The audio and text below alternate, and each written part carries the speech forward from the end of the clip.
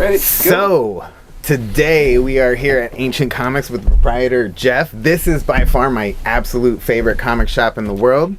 It's pretty awesome. There's comics everywhere, but we're not really necessarily here to talk about comics. Jeff has been in the comic game for how long? Oh, 32 years now. That's quite a bit of history. That's quite a bit of knowledge. I mean, you've been through some of the craziest times most recently with the start of Image and the collapse and everything. It's awesome. Yeah, I mean, I survived. I made it, you know. Well, and that's really key because so many different shops and things just crumbled during that time. Did you have like a special insight, or what do you think helped you be one of the few that survived? Well, when I first started, I was kind of working a little bit, so that kind of helped a little bit. I was like a machinist, and I was just basically start out. The best way to start out a store is probably antique mall. Okay. That's where I started, Okay. So my rent was like $137 a month for this little spot, Wow. Yeah. Okay. So that's probably the best way for anybody to start these days. Okay. I was a little luckier because there wasn't even a percentage. Okay. That was it, $137 a month. So can't go wrong. No, not at all. Not at all. That's awesome. So I mean, you've been through all that, and currently your store seems to be doing great. I mean, how has COVID been a big effect on your store? Well, it sounds kind of dumb, but it's a blessing. Really? Yeah, just because right now everybody's sitting at home and they're just pressing buttons. They're buying stuff on eBay, buying stuff on Amazon. They're like, what should do something? What could collect comics? So it just. Yeah, so it's been good. It's been bad, but it's been good. So okay, so does eBay? How does eBay affect your business in the store?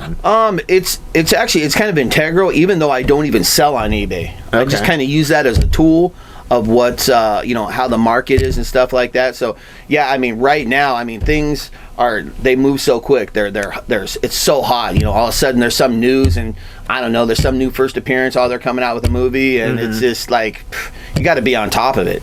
Would you say that's some of the buying trends that you're seeing right now? Is just first appearances, sort of related to movie properties? That's the typical, a pretty solid way to go. I mean, even back in the day, that was the way to go if you're getting first appearances and stuff like that. But there's a lot of customers, like you want to read. Yep. You personally, I know you like to read, so you want to looking for a good story. So, and it's definitely an interesting thing, Okay. So, what do you think about the graded market? How have you seen that going? Man, yeah, that's just like you remember when you would say, "Hey, man, I wish I could go back 30 years. I'd have bought that comic." Now it's like, you know what? I wish I could go back 2 years.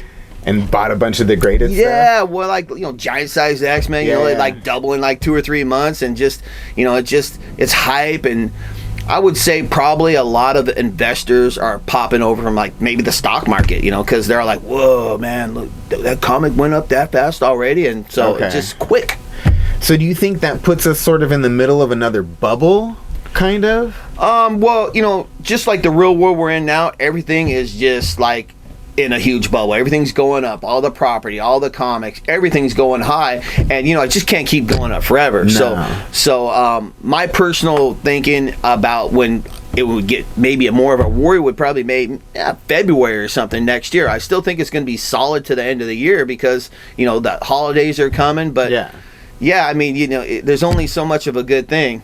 Yeah, it's just going to go up. Nothing's going to go down. Can't keep going up. I think that's what they said in the mid '80s, and that's what they said in the '90s. Yeah. But now those '80s comics that they printed 500,000 of, it's like I can't keep them in stock. Yeah, because everybody wants them now. Well, I need those hologram comics. Wow, that's the first appearance of Spider-Man 2099, and all of a sudden, it's like an ad. Oh, wait, UPC code.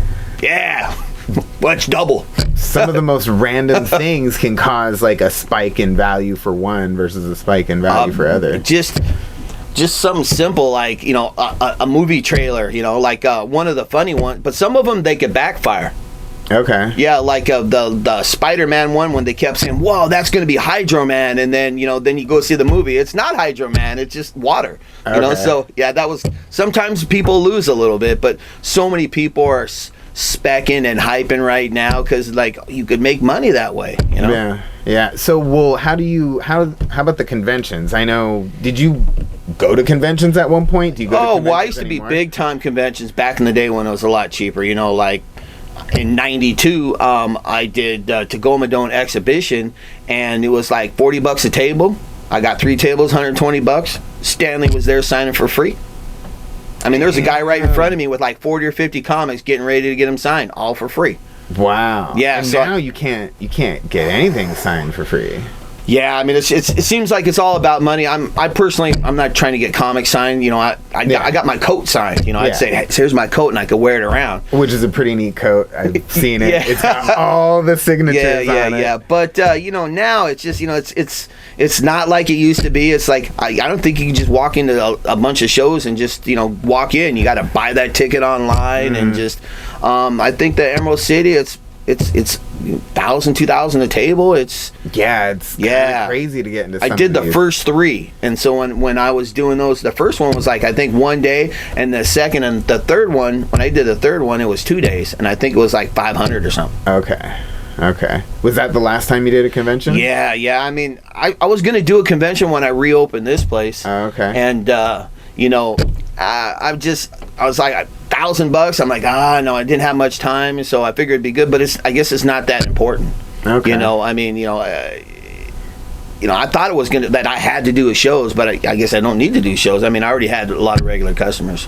So, fast questions. Who are some of your favorite artists? Oh man, Bernie Wrightson, Neil Adams, Kirby, Sam Keith. Love Sam Keith. Yeah, some of those guys. Yeah, you know, obviously like Frazetta. You know, but you don't see that. Yeah, you know? That's pretty rare. What about some of your favorite like comic stories? Like, is there anything that you think people should automatically read? My favorite comic story that like I remember, and I was waiting for the next one to come out, was the Cosmic Spider-Man. I mean, my God, he's flying, and it's just like, whoa, yeah. I love the Cosmic Spider-Man. So I mean, that was one I would tell anybody to read. That's so amazing. Your basic stuff, you know, Secret Wars is just great. I've read Infinity Gauntlet a bunch of times. The Death of Batman. I mean, the Robin. Yeah, that whole series. Death in the Family. Oh man, like I remember, you know, it's like, you know, Robin's getting to that door and he's like, it's locked. I'm like, so I mean, I remember that. Jim Starlin beat up Batman pretty good in a few storylines. Yeah. Like, really messed with him. Probably the last killer story I read, probably Old Man Logan. That is legit. I've read that one multiple times. It's such a good story. So how big would you say your personal collection is? Not real big. I mean, you know, you can't, you know, when you first start a store, it's super easy to say, wow, I could buy all this stuff and I could get it for half price. Then I'm flipping through that stuff. I'm like, I don't want Nomad. What am I doing? It had a Seattle cover. So, yeah, now my stuff is a little weird. I like double covers, and I'm not really chasing them, but when they come in, I like put them aside. It's a little different.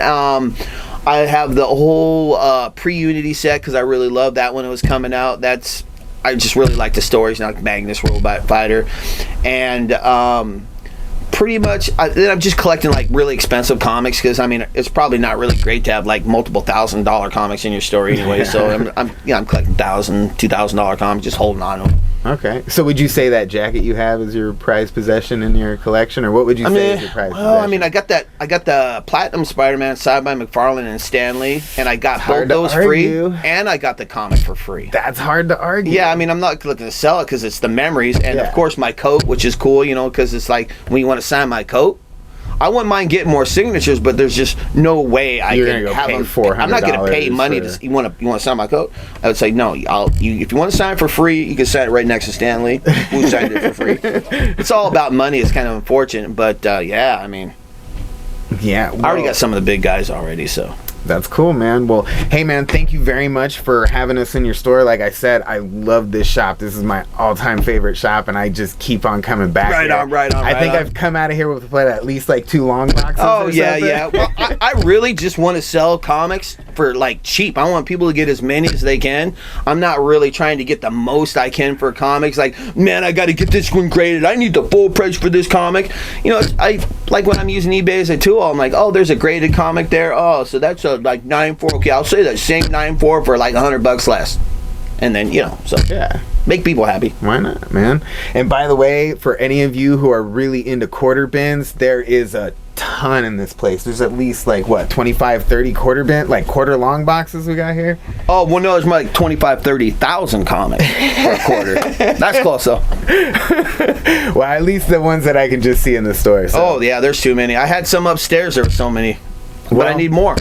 Speaking of quarter boxes, I think I'm gonna go diving now. So we'll catch you guys another time. And thanks for joining us here with the owner Jeff of Ancient Comics. Peace.